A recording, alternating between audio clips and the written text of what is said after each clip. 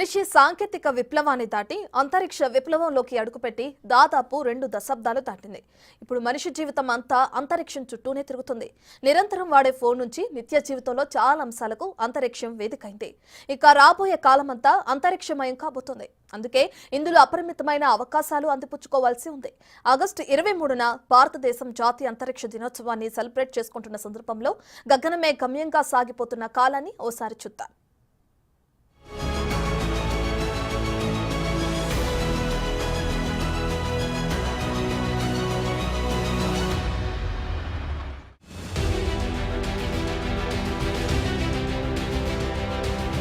ఇది అత్యాధునిక యుగం. కలల నుండి ఆలోచనలు దాటేసి ఆచరణకు నోచుకున్న విజ్ఞానం ఇప్పుడు మనిషి సొంతం. సాంకేతిక విప్లవాన్ని దాటి అంతరిక్ష విప్లవంలోకి అడుగుపెట్టిన కాలమిది. విశ్వాన్ని జయించడానికి ఆకాశ వీధిలో అంతులేని ప్రయాణం చేస్తున్న మనిషి గతంలో ఎన్నో దశలు దాటుకుని ఇక్కడకు చేరుకున్నాడు. ఆధునిక విప్లవాల్లో విద్య, సాంకేతికతల్లో సంచలనాత్మక విజయాలను చవిచూశాడు. భూమిని దాటి జాబిల్లిపై కాలుమోపడానికి శతాబ్ద కాలం పడితే ఇప్పుడు దశాబ్దాల్లోనే అంతరిక్షంలోని సుదూర తీరాలను చూడగలుగుతున్నారు. ఇక రాబోయే రోజుల్లో ఇది మరింత స్పీడ్ అందుకుంటుంది. కాలాన్ని కుదిస్తున్న మనిషికి మరిన్ని అవకాశాలు అందుబాటులోకి రానున్నాయి. ఈ దశలో భవిష్యత్ అంతా అంతరిక్షమయమే కాబోతుంది. ఇందులో భారత్ పాత్ర కీలకంగా ఉంది. అంతర్జాతీయంగా భారత్ అంతరిక్ష ప్రయోగాల్లో, పరిశోధనల్లో వేగంగా దూసుకుపోతుంది.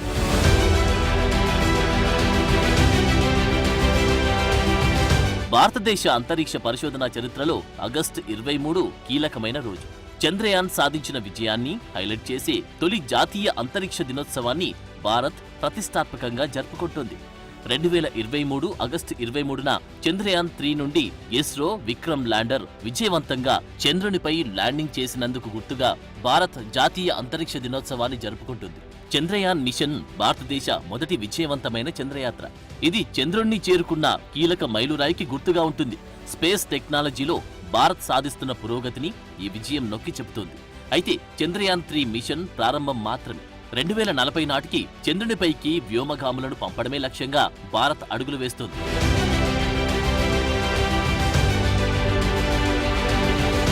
చంద్రయాన్ 3తో విస్తరిస్తున్న గ్లోబల్ స్పేస్ మార్కెట్లో భారత్ తన బలమైన స్థానాన్ని నిరూపించుకుంది.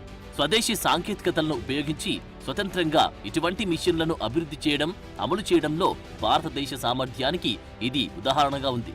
ఈ విజయం దేశంలోని యువతకు, విద్యార్థులకు, పరిశోధకులకు మరింత విశ్వాసాన్నిచ్చింది. ఈ రంగంలో అవకాశాలు పెరుగుతున్నాయని సూచిస్తోంది.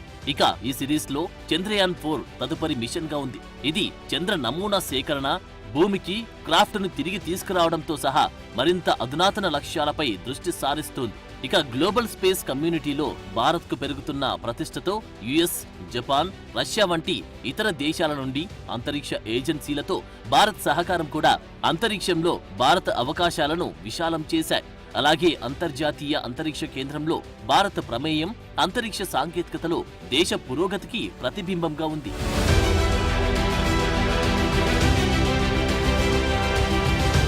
ఇక రాబోయే 10 ఏళ్లలో గ్లోబల్ స్పేస్ ఎకనామీలో 10% సొంతం చేసుకోవాలని భారత్ లక్ష్యంగా పెట్టుకుంది. దీని $9 బిలియన్ నుండి $45 బిలియన్ పెరగనుంది. ఇందులో భాగంగా ఇండియన్ స్పేస్ పాలసీ 2023 ప్రకారం ఇస్రో, ఇన్స్పేస్ సంస్థలు చిన్న రాకెట్లు, మల్టీ సెన్సార్ ఉపగ్రహ నక్షత్ర సముదాయాలు, optical space communication, in orbit maintenance, manufacturing తో సహా క్లిష్టమైన సాంకేతిక పరిజ్ఞానాన్ని రూపొందించడానికి, అలాగే సరికొత్త స్టార్టప్లకు అవకాశాన్ని అందించడానికి రెడీగా ఉన్నాయి. 2040 నాటికి హ్యూమన్ స్పేస్ ఫ్లైట్ ను పంపించడంతో పాటు భారత్ అంతరిక్ష కేంద్రాన్ని నిర్మించాలని ఆలోచిస్తోంది. అలాగే చంద్రునిపైకి భారత్ తన వ్యోమగాముల్ని పంపాలని ఇస్రో లక్ష్యంగా పెట్టుకుంది.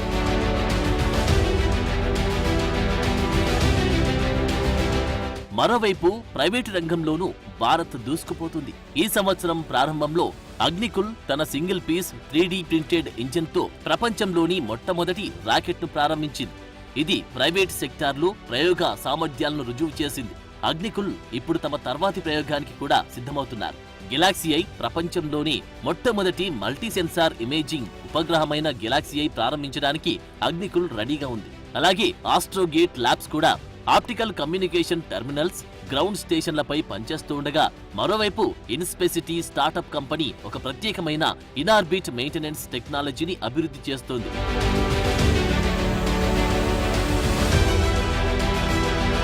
ఇలా ప్రభుత్వ ప్రైవేటు రంగ భాగస్వామ్యంతో సరికొత్త క్రియేటివిటీకి అవకాశాలు పెరుగుతున్నాయి. దీని మద్దతుతో ప్రపంచ అంతరిక్ష ఆర్థిక వ్యవస్థపై భారతదేశం పెద్ద ప్రభావాన్ని చూపబోతుంది. ఈ క్రమంలోని ఆగస్టు 23న జరుపుకుంటున్న జాతీయ అంతరిక్ష దినోత్సవం భారత్ ప్రముఖ అంతరిక్ష శక్తిగా మారగల సామర్థ్యాన్ని, అంతరిక్ష పరిశోధన కోసం దాని లక్ష్యాలను గుర్తు చేస్తోంది. ఇక స్పెషల్ ఇన్వెస్ట్ లాంటి కంపెనీలు అంతరిక్ష రంగంలో భారతదేశ సామర్థ్యాన్ని పెంపొందించడానికి సహకారం అందిస్తున్నాయి. మరింతగా స్టార్టప్లకు అవకాశాలను సృష్టించడానికి ఇవి ముందుకొస్తున్నాయి. ప్రభుత్వ లక్ష్యాలకు అనుగుణంగా ప్రైవేట్ ఆవిష్కరణలు కూడా కలిసి రావడంతో అంతరిక్ష రంగం చాలా వేగంగా మారుతోంది. భారత్లో అత్యధికంగా ఉన్న యువతకు ఈ రంగం సరికొత్త అవకాశాలకు వేదికగా మారింది.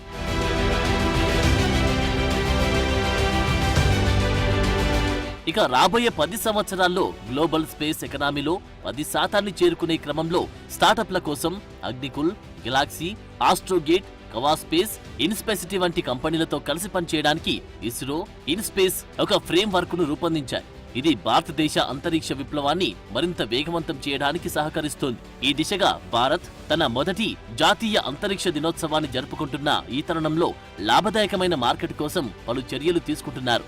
ప్రభుత్వ మద్దతు, అంతరిక్షంలో ఇంకా అంతుబట్టని అంశాలను అన్వేషించడంలో అంతరిక్ష కేంద్రీకృత స్టార్టప్ల కొత్త రంగాన్ని ఈ యుగం చూస్తుందని ఆశిస్తున్నారు. ఇది స్పేస్ ఇండస్ట్రీలో భాగం కావడానికి భారత యువతను ప్రేరేపిస్తుంది అనడంలో సందేహం లేదు.